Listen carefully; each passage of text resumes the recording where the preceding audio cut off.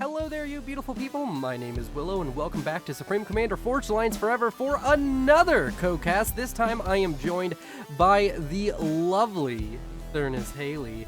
We haven't really done much content with him recently, but he is still around. He's not dead. Not that I think anybody was asking. But we have ourselves a pro-level 2v2 being played on the map Desert Crisis. So strap in and get ready. How are you doing today, Thurnis?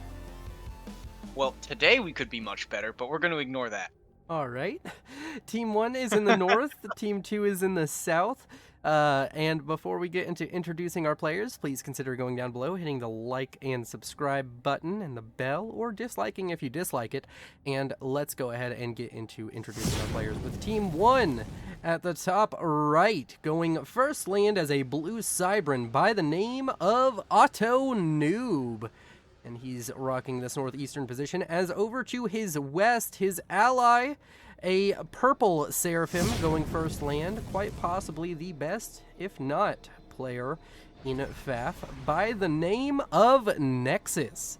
Moving on to Team 2. Down in the southwest, we have a green Aeon, who is Thurnis Haley's favorite player. And what's his name, Thurnis? Morse YouTube. Oh, my favorite man right there. Playing the worst faction, but that's okay.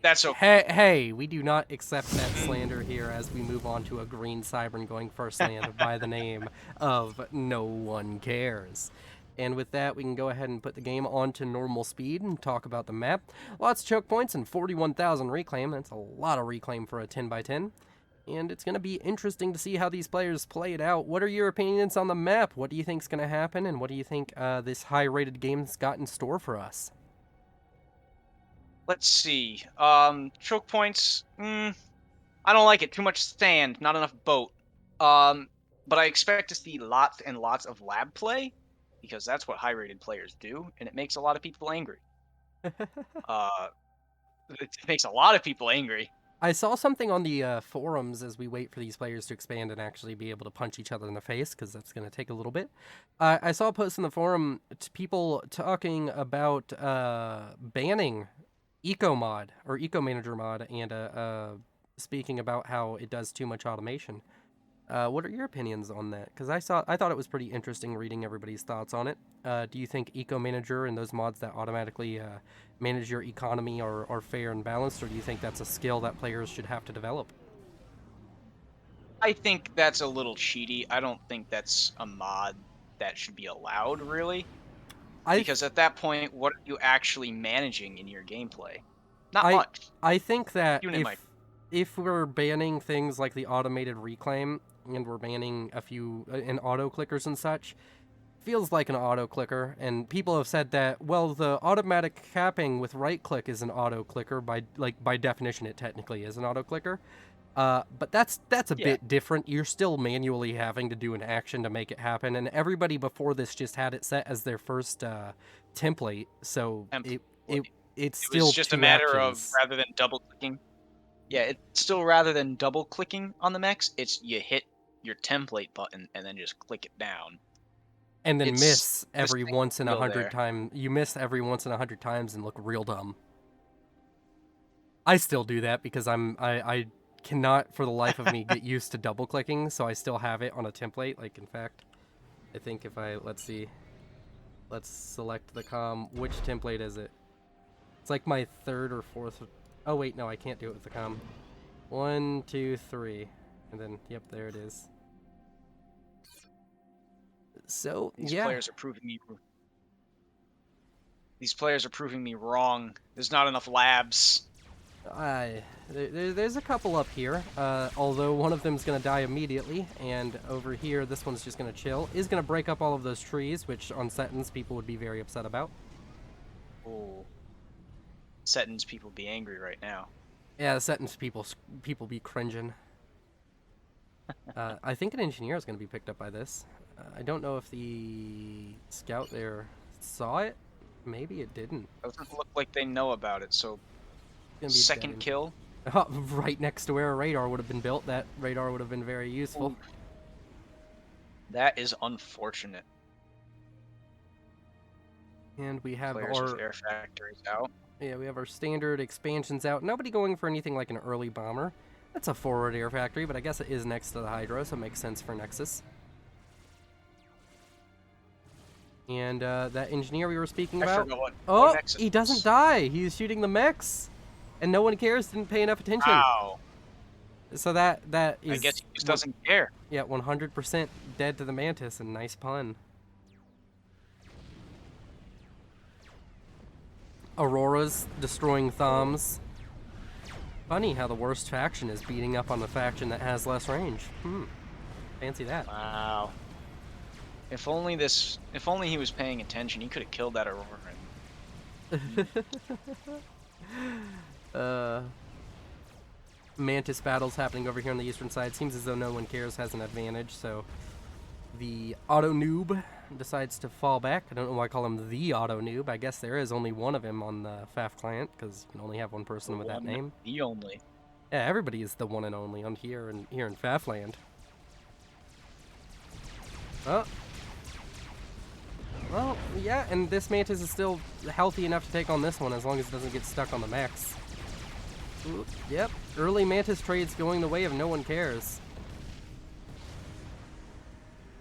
Maybe even able to pick up a scout. Wow, this Mantis getting value. Most valuable unit on the map so far. Yep, and it's about to go down to a Mantis out from Auto Noob, having served its purpose quite well in life. Team 1 has a slight mass advantage at them. Nothing crazy. Yeah, 10 to 20 mass a second. Nothing too out of the ordinary. That's just a matter of who picked up mexes first and who got their T2 mechs a little bit faster than the other. Reclaim, no one though, cares this is where you T2 see, mechs. this is the true place where you see the pros, is Reclaim. Both sides having a player over 4K at 6 minutes is ridiculous. And no one cares This taking amount of reclaim. Yeah, better. Yeah, it's a very big map, but I guarantee you, we watch this map with 2 people around my level, it's maybe 2K Reclaim. Yeah, everyone having scooped up all the reclaim, or most of the reclaim directly in their bases. Yep. Also, on Desert Crisis, you do have to keep an account that there are these little plateaus on either side that can come into play in a big way. T1 artillery able to inflict meaningful damage if you can slip a few back here. So it's usually good to set up yourself a little bit of a base if you have that cliff next to you. Little engagement on the left going completely bad for Auroras. Ooh, no close quarter combat capability. Yeah, you Seeing do. as superior tank there. Yeah, you do have to babysit Auroras, but I think Auroras, if you can abuse their range, they are simply the best T1 unit. But I do agree that land is not where the Aeon shine, at least not till that T2 phase. T3 they also do quite well with sniper bots. Sniper bots are a beautiful thing. I had a game. But next, forgetting about those tanks, losing them all to Auroras. Yep, they just keep trading these tanks on this side. I had a game. A lot of tanks on the right side. I had a game a couple of days ago where I used sniper bots and asylums to take a megalith from full HP to half HP with no losses. Oh no. Yeah, no, it was brutal. I will have to send you the replay ID. It's not worth a cast. I was the lowest rated player, and I didn't build any experimentals, and there were tons of them in that game. Actually, maybe it is castable. I'll go double check. Sniper bots OP. But yeah, no, sniper bots put in work. As Aurora's here in the middle, also killing off Nexus's unattended Thoms. Rowan getting decent value out of all of these Aurora fights. In fact, that one bad fight has been traded for like 5 or 6 good ones now. Like, you have to admit, he's doing quite well with it. Yeah, he's doing real good because he's doing it up in the top too. Yeah. Again. I'm feeling like Nexus might be a bit rusty. It's a bit uncharacteristic for him to lose a bunch of Thoms to Auroras from what I've seen in the past. At least in that kind of fashion. I say Nexus is going for an eco-heavy route, but the teams are only 6 mass apart. Yeah, it does seem as though Nexus slightly ahead of Rowan, and no one cares slightly, it seems as though Team One slightly ahead both players on economy. I think no one cares is having power struggles. Yeah, he's in a power stall, gonna really affect him negatively this game. He's gonna get up to T2. He is heavily assisting a T2 mechs upgrade. And a T2 I believe comm this upgrade. is a calculated stall. Yeah, it was a T2 comm I upgrade. meant comm. That is. And he's building a T2 power with a ton of engineers. Yeah, that it was a calculated stall, This was but calculated. stalls Not still good. Still not good. Ooh. Large engagement on the right, maybe, hopefully. Like you can say it's a calculated stall at any given point. It's still a stall. Because I could because if that's how we're going, every time we're playing and you're like, how are you 50 mass in a 50 mass stall at 10 minutes? I'll be like, it's calculated. Don't worry about it. I mean, I say don't worry about it anyways. Worry about my 50 mass stall at 4 minutes. When are we gonna do a coaching series where you coach me to be a 1700? When I become an actual 1700. You are an actual 1700. You've held it for weeks. You're almost 1700 on TMM, if not. Doesn't feel like it. You are. You better accept it. Feel like it. As a Zeus I'm stealing Splato's build. That's what's happening. on every map. Elky. T2 T2 on the way now for Auto Noob as Cerberus and Missile Launcher online now in the middle for No One Cares. Don't see any TMD. Could possibly get some shots into that first kind of expansion area for Nexus. And that could be quite huge, as Nexus does have a little bit of a mass advantage, but losing a few T2 mexes will take that away from him quite quickly. Yeah, Team 2 up almost 40 mass a second. Yep. And this TML definitely needs to put in some work. yeah, Rowan, let's see, overall reclaim numbers. No One Cares, and Rowan doing a little bit better overall on reclaim. Only 3,000 mass though. Total mass difference within 1,000, so very close game so far. Walls going up now for Nexus. He's just admitting that he can't deal with the Aurora spam, so gonna wall off the Auroras. Still can't believe you came onto my channel and fucking spewed that heresy that you did. Oh, look at that beautiful Elshi over on the left, about to go maul some Auroras. Yep.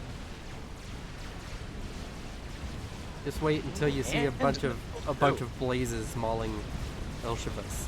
Just wait. No, that doesn't happen.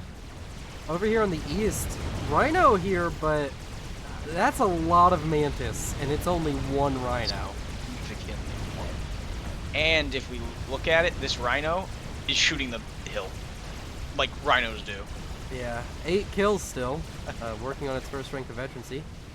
Fight does not conclude in any decisive manner. Over here in the far west. Run by. Yeah, a couple of Rhinos going to be getting a run by over here. And over in the west, a run by happening now for Nexus. Going to be able to pick up a T2 mass extractor. I'm sure Rowan's going to be unhappy about that turn of events.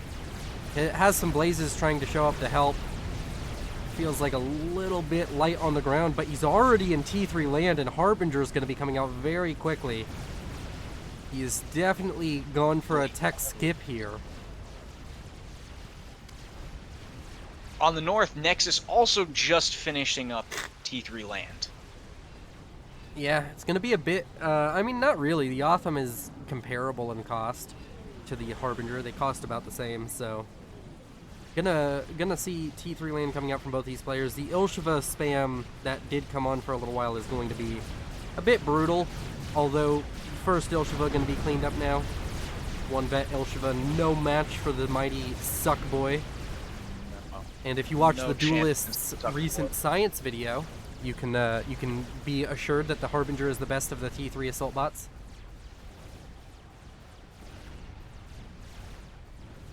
T3 land and air finished up by no one cares. Very heavy tech play out from Team 2. They've lost quite a bit of map control, although with enough tech, if this tech play works out, they're going to be able to roll over some of these fronts. The player furthest behind on tech right now is, of course, going to be AutoNoob, who's only just now reaching either Tech 3. He's going to be getting Tech 3 Air within the next 30 seconds to a minute.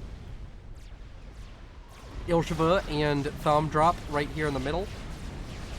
Need to see a Harbinger get sent over here, or just a response with T1 land. He's trying to repair the Mass Extractor. Not going to be successful in that attempt, but does stall this force long enough for some blazes to show up.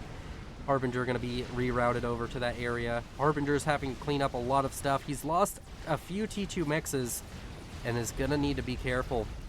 Hoplites on the eastern side trying to harass the Rhino lines. Ilshava continuing to push forward. Another T2 mech's possibly under threat, but I think it's going to survive just barely. Yep, it does indeed. And Harbinger's on the far west. He is going to have a bit of a Harbinger advantage over the Othams, and the Harbinger significantly faster than the Otham. Going to be able to get a lot more little kind of raids in to the back lines and do a little bit more of hit and run tactic with those Harbingers. And on the eastern side, would be surprised if we don't see some bricks soon in production, if not already out. 2 bricks already out now for AutoNoob. T3 land not even started up yet for AutoNoob, and no one cares having bricks on the field. That's going to be a difficult proposition for the Blue Cybern to hold. Cybern would be Cybern. The only tools to throw are the exact same. Yep. And then definitely not going to go well. On the western side, having that Seraphim Aeon matchup can go either way. Both sides have access to sniper bots, so I think sniper bots. One side has access to T3 shields. Yeah, although Asylum's a little better than T2. Asylum's per cost and build time can kind of match the T3 mobile shield. No, they definitely can match them. It definitely can go either way. Yeah, I think if it comes down to shield spam, that's not what actually decided the fight. Somebody just played better. Yeah, shield spam's not going to be what wins. I mean, if one side spams shields and the other one doesn't, it very well could. Although, yes. I think that neither player is going to opt for it here. Looks like both sides more than happy to spam their main battle unit. On the eastern side, Hoplites, you have to keep on top of them, but if you do, they can be very cost-effective over here. Still a lot of Mantis on the field, trying to trade those out for any damage on the Rhinos he can. As a Strat Bomber starts flying across the field, they're going to be taking down a T2 Mass Extractor and its capped mass storage, and he got T3 Air so much faster than his opponent. Double bomb. Yeah, gets a double bomb off, going to be able to get... Oh, he tries for it, but isn't quite able to get that third bomb. Oh, he could maybe save the Revenant if he does the micro very well, but he has to do it very well, and these are high-rated pro-level players, so of course he does indeed manage it. Strat Bomber, is it going to be able to grab a target off the map? I doubt it will be able to. It's still off the map. Do not believe it's been shot down yet. There it is. It's coming in with an order off the side of the map. Kills off a ton of build power into T2 mechs with its capped storage.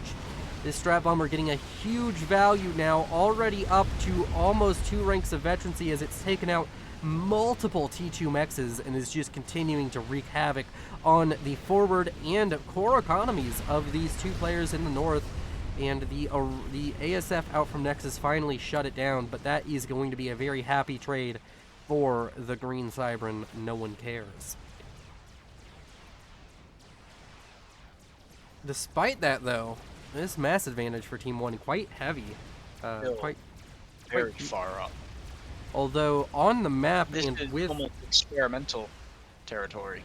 Yeah, but Nexus now you're also kind of just looking at a very difficult situation, though, because Rowan not able to power the shields on his Harbingers has turned them off. Yeah, very risky. Feels bad, although whenever I'm taking a fight between 10 Harbingers with no shields and 2 Othams and some T1 spam, I'm choosing the Harbingers.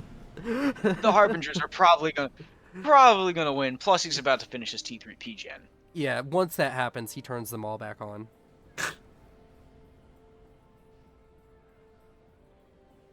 He better. T3P gen done, and they're back on. Have anything spicy going on in the bases? Throwing up his first radar. You mean first Omni? Because he has a T2 in the front. No, that just came. That just came online. That's needs, the one I was talking about. Who needs radar when you're 2,500 rated? He's so good, he just knows where the units are. There's a brick and a hoplite to defend against multiple Othams and Elsheva. Brick with micro could maybe do it. Like, it Bricks doesn't are good, sound but right. Othams are slightly better.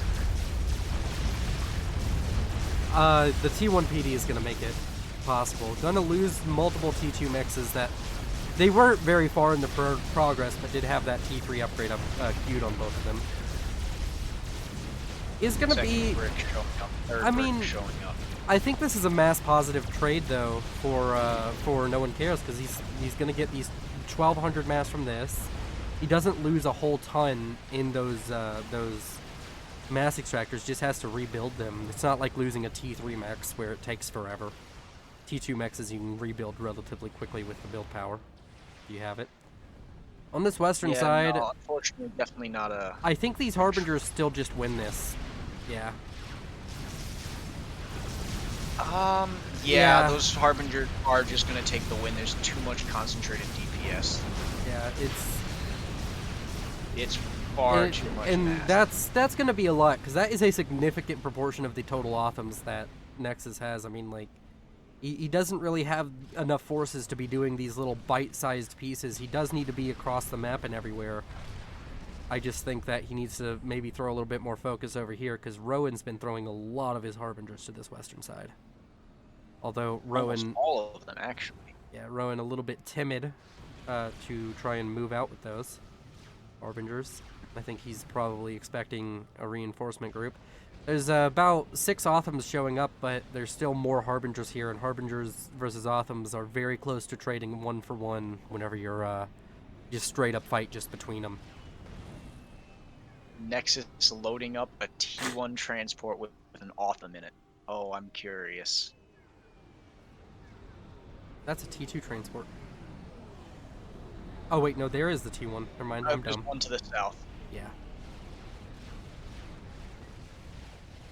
He also has Nexus some T2. over 300 mass income.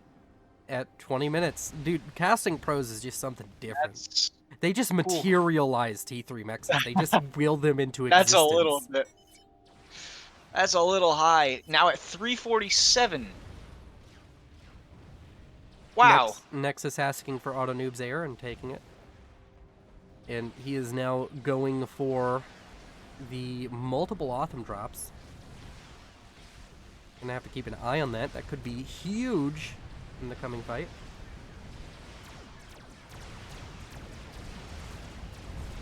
Oh, here they come! He's Turns away. Oh man. Man.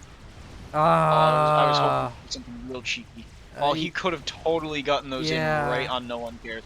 He wants to win an air fight first, and this air fight gonna be huge. Just fair. No One Cares not really going for it. I don't think you want to put them on No One Cares comm. Overcharge combined with one brick is more than enough. Does kill them off. So he does now have the option of dropping. He has free reign on dropping. There is some T3 air for Sam up in the middle, and that might not be good. Oh, is it gonna be enough? If the Sam fires, yep, that's gonna be multiple dead bricks. That's a mass dump. That is unfortunate. 2 of them were killed in the air, so those didn't get dropped as reclaimed. Yeah. Another this drop coming a little bit more central could possibly kill off everything over here. If he drops in the main base, do not know what is here to. Yeah, this is gonna be huge. This is gonna be a bunch of T3 mexes dead, or just focus the power. What? No. Another Sam. Oh, that is massive everywhere. Flare. That is gonna hurt. That's going to be a lot of reclaim, and I'm sure he has a T3 mech somewhere that's upgrading that he can get T3 very quickly. Either that or just throw it into literally anything. These players will take reclaim and run with it. A brick or an Autumn trying to run past 3 Harbingers does not work, surprisingly. Oh, we missed the T1 transport and the far left got shot down too. Sam's dotted across the map for Team 1, paying off. A very heavy investment, but 5 Sams for Rowan, and looks like just the 2 for No One Cares, managing to pay themselves off in rather quick succession, killing off just those few transports. Also giving... GC almost completed by Rowan. GC, wow. GC. We get to watch that beautiful stand-up animation. Other experimentals? Beautiful stand-up animation No one added else for the building Aeon. experimentals.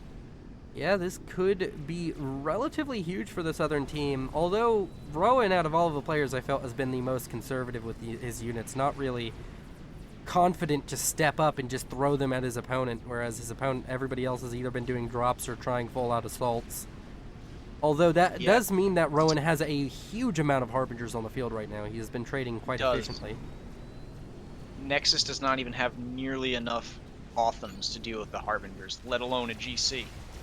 Yeah. I mean, on both flanks, he just has more. And, you know, more shit counters less shit. Autumn managing to sneak its way in here, kills off a radar, but not much else. That, unfortunately, is not a good trade, especially for the fact that there was 2 of them. It seems as though there's a concerted push onto No One Cares. I'm not sure if this is going to succeed, because No One Cares has a lot of bricks, and there's a huge Harbinger force that can come in for a pincer if particularly Nexus commits. 6 Whalers on the field from Auto Noob. Those might come in huge for dealing with the Colossus, but the Colossus has a decent number of Redeemers. Like 4 or 5 Another Redeemers. Autumn dropped across the map. We'll see if this one actually works. Nope, turns around. Yeah. I think the transports have been more of a bait for Nexus than they have been a blessing. Yeah, unfortunately they do not. Not a single one has managed to pay off. Any experimentals on the way? On the Chicken halfway done. Chicken does trade relatively well into a GC, although at this level I expect the micro to show up, so the GC should win it overall. He has enough build power to complete this and possibly a second one before this GC hits his base. I mean, he's going to be losing T3 mexes either way, but when you have T3 mexes on the front line, it's hard to lose anything but a T3 mex. Still have 12,000 in storage, so he can 100%, not maybe not 100%. Whaler's going to show up. Whalers before shooting down the ASFs. No. I think you're a little bit ahead of me. I'm actually not. Oh, okay. Yeah, the Redeemers. I just assumed that ASF cloud was going to get picked up. Oh, gotcha. Chicken completed and on the way. Second one has been started. Yeah. Although the chicken, it's still a negative Czar grade. started by Rowan. Rowan in the mountains, so yeah. Interesting place. The thing with the chicken is they're not going to go well into Harbingers. Harbingers surprisingly effective in numbers at killing experimentals. Yeah, the chicken is very good at dealing with bumped up units, though. Yeah. Unfortunately, it does not this stop. fight looks bad for Rowan, but Rowan wins this 100%. Nexus making another bad fight. Yeah, he's having a lot of struggles with this ground game. Fights very well. And Rowan just showing the power of the Aeon here. As over on the eastern side, Hoplites still, I mean, I feel he's been cost effective. All of them have veterancy. Very nice play out from No One Cares with the Hoplites. A chicken versus GC fight could start soon. Chicken facing the wrong way, which is significant. I mean, it can fire almost completely behind Chicken itself. going to show up. It looks like they want to meet up first. Yeah. Although, I think a Czar, if not killing, the Czar probably dies to the ASF, but wins the air control at the minimum. I don't know. They have a pretty even number of ASFs. I don't think they can even shoot the Czar down. I think that Auto Noob and Nexus have enough. If they commit, can maybe one past the Czar, but they lose all of their ASF, and usually at higher ratings, players don't want to make that trade because it's so hard to get back caught up. Yeah, unfortunately, but they don't have an option if that thing. Their gets in the option air. right now is create a bunch of SAMs and start creeping them forward and use the chickens to hopefully gain an advantage. But Czar goes up in a matter of 30 to 40 I don't think seconds. they know about the Czar. They Do see they? a radar signature that came up, but that's it. They don't know what it is. And it doesn't even. It looks like this is assisting an air factory or making another GC. Maybe it doesn't look like it's a Czar. All of the air transferred over to Saying they have Rowan. more air. Yeah, maybe we have more air, but the Czar itself has amazing anti-air cannons. Those missiles it fires. Oh, they're great. Yeah, we'll take out a few ASF. Not a huge amount. Like, it's 5 to 10 ASF if the ASF fully commit to the Czar. One SAM online from Nexus. Unfortunately, not gonna be enough. Yeah, there's 2. 3 chickens is a huge force, but all of them die to 1 Czar, so... Yeah, unfortunately, they Ooh, can't Nexus shoot is the just Czar. dead. No, this is just legit Nexus dies. Nothing possible to stop Air this. fight may even go in the way of Team 2. Looks like as though Team 2 is going to have the better micro. I think you have to commit with the chickens right now and hope that he does not use the Czar to protect him. Or protect himself from the chickens. That's your last ditch, last effort play. Yeah, I don't see enough SAMs or air to stop this before it reaches his commander. Yep. And his commander's building a heart of walls, and praying for peace. That's going to be an anticlimactic, but quick victory for Team 2. And I really enjoyed this game. I think some people are going to complain that this was a bad game to cast, but overall, I think you gotta cast the wins that are. Gotta cast a few one-sided games to keep things interesting, you know? This was a pretty interesting game. Team 1, or which one's Team 1? Team 1's North. Team 2 was down significantly in mass generation the whole game. Yep. Until right at the very end. Poor unit trades, though. Just kind of ruined it for them. Yeah, and I think that Nexus, can I even check it? Nexus having... Not the worst, Auto Noob somehow having the worst. Nexus and Auto Noob, you can just see right here, the kill to loss ratio. This is a very good indicator of mass efficiency. And Rowan, you can see leading, he's getting over 1.5 mass value per each unit for each piece of mass he loses. And that showed a lot in the T1 phase, but particularly in the T3, where on this western flank, he had multiple fights where it was like 10 Harbingers versus 4 to 6 Othams. The 4 to 6 Othams die. That is a huge mass trade. And it feels like Nexus had a hard time consolidating his units, and very early on had a hard time dealing with the Aurora range advantage. Yeah, it almost felt like he wasn't paying attention to his pushes, because the Othams would just go right in. It was very odd. Yep. Although, I think both sides did play well, and I think Team 1 did have avenues to win this game. It's just shaked out for Team 2. And I'd like to thank you for joining me, Thurnus. Anything you want to say before we... Oh, wait, I have a question for you. The interview time. Yes. Did you sign up for the Duelist tournament? I did. I haven't been added to the Discord. I don't know if I have to do the Discord doesn't exist yet. I've signed up too, and I'm either going to be playing or I'm going to be a admin, help with tournament direction. Got it. But there is a non-zero chance you can pick me, by the way, because the way it's going to work, you are definitely going to be seeded into the higher bracket, because I'm sure you put your global rating correct? Yeah, I put both, Okay, you're going to which be they're seated. both pretty close now. Yeah, you're going to be seated in the higher bracket.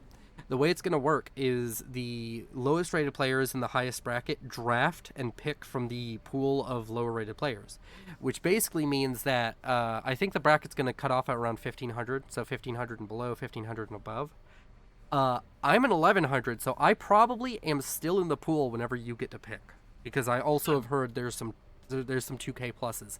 You could pick me for the memes, but I do recommend you just pick whoever you think gets you the most wins. Team communication, baby. It's got to be fluid.